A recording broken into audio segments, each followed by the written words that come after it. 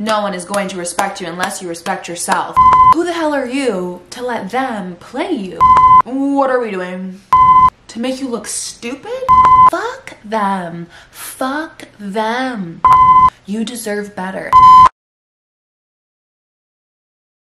Welcome, my beautiful angels. This video is going to teach you how to stop getting played. Enough of the bullshit. I'm going to be your big sister right now, and I'm going to tell you all the things I wish I had someone to tell me. Number one, listen to the facts, okay? And focus on the facts. A lot of the times we're sitting there and we're like, does he like me?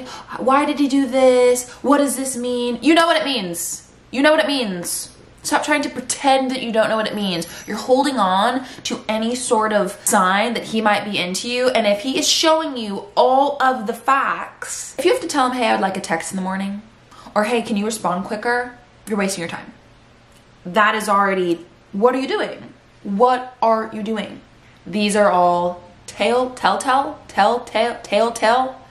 Huh? These are all signs that he's just not the fucking one, baby. Number two, realize that you don't need him. Beat your insecurities, okay? And I know it's easier said than done, but you have to squash them. You have to realize how powerful you are as a woman, okay? How sexy, how beautiful, how smart, how much you offer this person, and stop being desperate. Despertivity is embarrassing. You don't ever need a boyfriend. You don't ever need a partner. You don't ever need someone to take you on a date. You can take yourself on a goddamn date, okay? And you can buy yourself flowers. We are not desperate. We are not going to be desperate. Number three, and this kind of goes with number two, have respect for yourself. Have respect for yourself. That goes into not being desperate. You don't need anybody. You are strong on your own. You're cute, you're beautiful on your own. You can tell yourself all of the things that you're wanting and craving from this other boy who probably has balls the size of this. Okay? Give yourself all the things that you're craving from them. Please respect yourself. Because if you don't respect yourself, why the hell would anyone else respect you? No. Letting them walk all over you? Letting them treat you like shit? Letting them make you look stupid? It's quite baffling, and I think the older and older you get, you kind of realize that you should have shaken yourself and smacked yourself a few times. So that's what I'm doing right here. Snap the fuck out of it. Realize your worth. And if you can't, I'm glad that you found my channel, baby, because I'm gonna be your big sister, like I said, and I'm going to teach you the ways to falling into yourself, to loving yourself, to being one with yourself. You're so much more powerful than you know, and you're so much sexier than you know too, okay? Yeah. Okay. I have seen time and time again girls allowing boys to like joke around with them and be like, your kitty stinks, or like, you're not even that cute, or like, oh, I don't even need you, or like, oh, you're a hoe, ha ha ha. I'll be motherfucking damned. Absolutely not. Absolutely not. And when a man starts treating you like a joke, baby, it's time to go. Waiting around for a man to FaceTime you at night, waiting around for them to text you, waiting around for that first date, waiting for them to ask you if they want to be your girlfriend. Ugh. That brings me to number four. And this is so important because I know we've all made this mistake before. Do not give up your body. And there's a very big difference between, you know, you being free with your body and you loving your body and you respecting your body and wanting to have fun. I know it's shocking, but women can want sex too. So there's a difference between wanting to have sex and wanting to have a good night or a fun night versus throwing your body at someone in order to make them stay. It's so sad to me that women, and I'll talk about this in another video, and young girls don't understand that sex is a really important part of your womanhood and you as a person. And it's a special, sacred thing to do it, to get to know your own body. It's a shame that it's not talked about a lot because masturbation seems to be such a weird thing, and it's not. It's a way to become intimate with yourself, because if you don't know your own coochie, how the hell are you gonna teach someone, like a boy or a girl, whatever you like, how to please you? If you're not doing that, then who are you having sex for? Because it's certainly not yourself. Again, that'll be spoken about in another video. And there's another thing that girls do all the time. It's pretending like you're chill. like you're that chill girl, and be like, yeah, I can have casual sex like whenever. No, you can. If you can, praise to you if that's how you'd like it to be, but most of us cannot. If you say you're having casual sex, you're playing yourself. You're playing yourself. You're playing yourself. You don't have to pretend to be calm and casual if that's not what you want. If you're looking for a boyfriend, which you don't need to ever be, but if you happen to be, giving your body to them is not going to make that matter. It's not going to make them stay. It's not going to make them stay. And don't think I don't know that chlamydia spreads around colleges. Oh my God, the STDs there go crazy. Or is it an STI? I don't know. Either way, we don't want any of them. And if, 5, this is number 5. And if he tells you he can't wear a condom because it's too big, honey, I don't even know what to say. I'm gonna look up, because I'm curious, if most men know that they're really into someone on the first date, or if it takes 3 months, because a lot of us get stuck in these talking periods. I remember in high school, I had literally started talking to a boy, and it was my first like ever crush, first ever like intimate, not sexual, thank the Lord, but just like, you know, like flirtatious, like, oh, he might be my boyfriend that I ever had. And I was like 14 years old, about to be 15. And I remember we were talking for like 3 months, and I was like, hey, like, when are you gonna ask me to, oh my God, I could literally pull up the screenshots and just drag myself. Honestly, matter of fact, let's just take it down memory fucking lane. You better love me, because I'm about to be so vulnerable and embarrassing, and it's just horrendous. It's honestly horrendous. Let's just pull up the screenshots. Oh my God, no. So this was me in high school. This was my freshman year. The choker was just iconic, honestly. Like, the choker was very much a necessity for me in that time period. So I'm not gonna be ashamed of it. I'm not gonna be ashamed of it. I was a little bit emo, and that's fine. Oh, the Taylor Swift quote on the Snapchat, that is interesting. That is interesting for sure. And all these pictures and like these moments, and I'm like looking back at myself, I looked like happy, and then I met that stupid cunt. So on April 21st, 2015, 3 days after my 15th birthday, he said, there's no one in the world I like more than you. I said, then why don't we date soon, baby? Good, because I'm literally going crazy.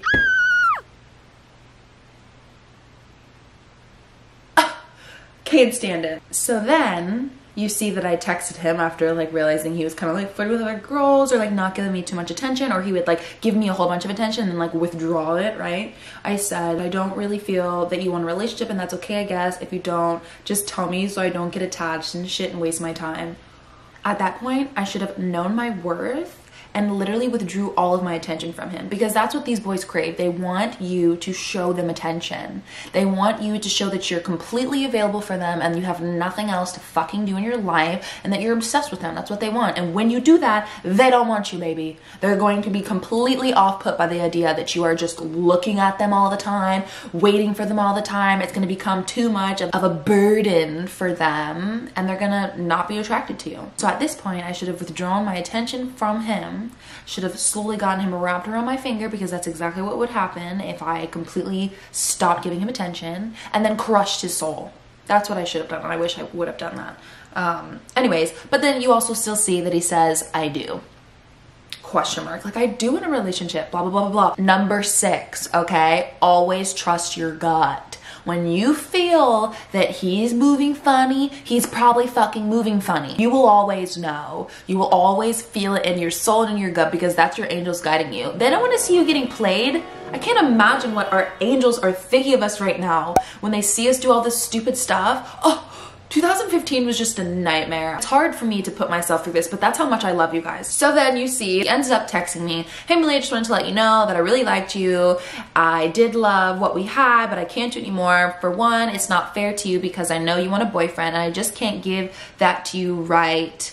Don't take it personal. You made me laugh all the time, but it's just not the time for it, I think is what he was trying to say. Illiterate dumbass. I still have a little bit of dislike in my soul for him. I do. I really do. So then you see that I like sent that screenshot, and I was like, thanks for not wasting my time for all these months, la la la la la. Like, oh my god, just move on. He played me, okay? I looked really, really silly and dumb. And the thing that was so crazy about it all was that he, at a certain point, was trying to manipulate me. Well, I think all he did was manipulate me, but at a certain point, he was like, if we don't do the nasty, keep in mind, I was a virgin. But like, at that time, he was like, if we don't do the dirty together, I can't ask you to be my girlfriend. I was really dumb, and I wish I could just give myself a hug, because I really just didn't feel like I was worthy of feeling pretty and feeling beautiful, because he made me feel like I wasn't. And like, the first boy always really fucks you up, and that first person always can really fuck you up. But I'm so happy that I wasn't that dumb to let him take my V card. I'm so happy that I was like, nope. Like, it's done. And I ended up moving on with the captain of the football team at a different high school. So he ended up cheating on me 3 days after he took my virginity, but you know, at least it wasn't that guy. This is why I'm trying to be your big sister, because I'm hoping that I can tell you the mistakes that I made in order to not let you do them yourself. And I don't care what you think, the most powerful women in the world, like even Rihanna, you saw that she went through all that stuff with Chris Brown. It is not just like a, oh my god, some women are just born like perfect. Like, no, especially when you had like a weird family growing up, or like drama, or like some trauma within your family, like you didn't have a dad there to like show you what it's like to be loved by a man. I feel like that's one of my biggest issues when it came to like dating when I was younger. Like, I genuinely had no self-esteem as well, and just like I didn't have a good picture of what it's supposed to be like to be loved and what love even means. I talked about that in my podcast episode, It Didn't Start With You, so definitely go check it out. Your parents really play a big role in how you love and how you believe love should be. So we talk in that episode about kind of breaking those trauma cycles and breaking those habits and realizing that you don't have to be or act in a certain way. And I guess that's also what this video is about. It's about knowing that you need to not be playing yourself. You need to be aware of all of your shit, and do not let these dumb, puny, stig-legged freaking skater boys break your heart, okay? Don't do it. Don't do it. They're not worth it. Their balls are this big, remember? Like little Tic Tacs. Like little Tic Tacs, okay? Let's get our fucking shit together. And that leads me to number 7, which I feel like is like the first type of step that you would take into like changing it now, right? Because like we could say like, oh my god, that's super embarrassing, oh my god, we're doing that, or like, oh my god, blah blah blah. But how do you like start gaining that confidence in yourself, that respect for yourself? How do you start holding your head high and not giving into all that fucking bullshit? You start by doing things for yourself, doing things alone. Can't stress it enough. Falling in love with your own energy helps you respect your own energy. When you're spending time with yourself and not just like at parties and at clubs and with friends, when you start spending time alone, you can actually understand and grasp what you put on the table, like who you are and what your energy brings to someone. And you can start understanding that it's fucking perfect, it's powerful, it's special, and it should be valued because you're valuable. And that's something that we forget. Like when we're chasing after people and we're trying to beg people to love us, we forget that we are already worthy of love. We're already worthy, and we should be valued. You, my dear, on a heart-to-heart, on like an actual genuine level, you, my dear, are beautiful. And if a boy has hurt you, I'm sorry. And I'm not there to hold your hand, but I am in spirit. And I'm going to tell you that things will get better, you will get stronger, and you will learn to stop dealing with that fucking bullshit, okay? Fuck them. Fuck them. You deserve better. And honestly, I believe that our angels are looking after us, the universe is looking after us, and they remove the trash for you, okay? Even if it fucking hurts and you feel so embarrassed or cheated or lied to and you're scarred, you will put your own fucking pieces back together. Do not doubt that. Trust in yourself and trust that you're exactly where you need to be, even if it fucking hurts, okay? I love you. Keep your fucking head up. You beautiful baby. Do not forget your worth, damn it. That feels good to get out. That feels good to get out. I really wish I had an older sister to like help me through some of this shit because I was just clearly a mess. Spending time with yourself also means allowing yourself to be busy. Don't just allow your schedule to be wide open. That's what they talk about a lot in like Cosmopolitan and things like that. They're like, be busy. If he wants to hang out, tell him that you're busy.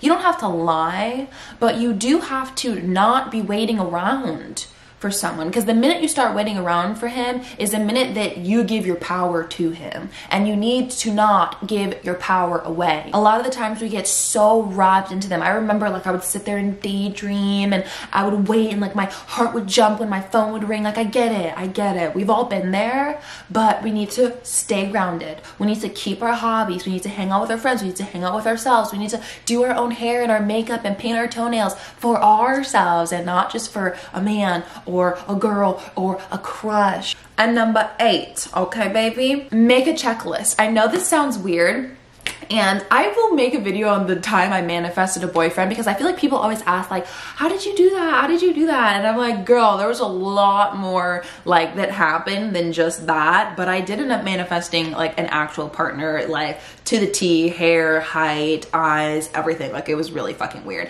And I don't recommend it. Like, don't be doing that voodoo magic shit. Like it's no. I know it sounds weird, but how do you kind of know what you're looking for unless you write it down?